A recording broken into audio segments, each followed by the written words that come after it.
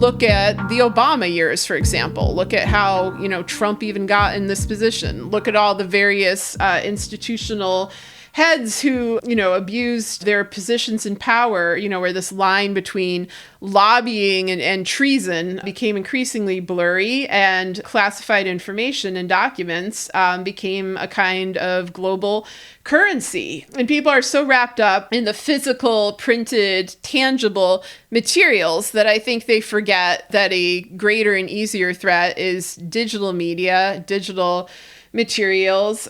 People were rightfully upset about Snowden, and then of course there are prior cases with WikiLeaks and with Chelsea Manning, and people were not as upset about that because some people were, obviously. The government was very upset about it. But, we know that a lot of the reason that people were looking for those documents was because of the unpunished war crimes of the Bush administration and this broader desire for transparency. And so what we have now is like the worst of all worlds, where we don't have the kind of transparency about state crimes and state corruption that was sought 10 years ago. But we also don't have any security. We don't have safety. We are under threat both from within and from abroad. And there aren't clear answers to these questions because, yes, of course, there's a protocol, there's SCIFs, there's consequences that you're supposed to face for these actions, and no one is facing them. To me, it looks like they're trying to streamline this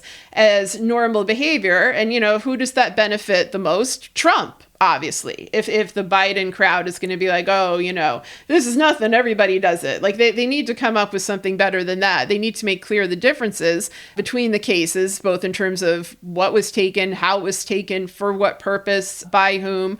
But there needs to be standards about how this is done. And it can't just be both-sided and blown off, because that's not going to serve anyone's interests except for wealthy, corrupt elites.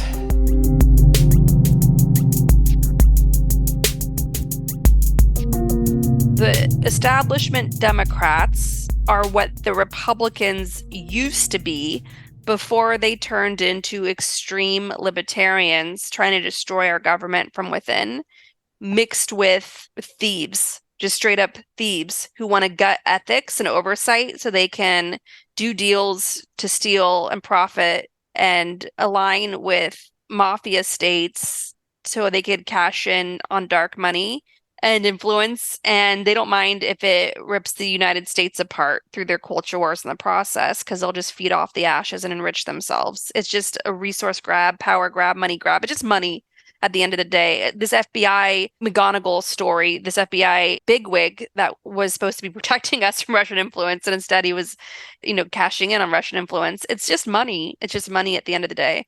So the moderate Democratic machine, they cater to the donor class. If you look at Hochul, for instance, a very cut and dry example, Governor Hochul won re-election as governor of New York State by a historically slim margin for a Democrat in this state.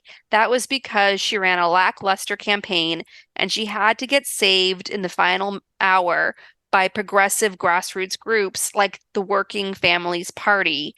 And she ran on a platform of promising to protect abortion rights in New York State. But then when she gets sworn in again, what does she do?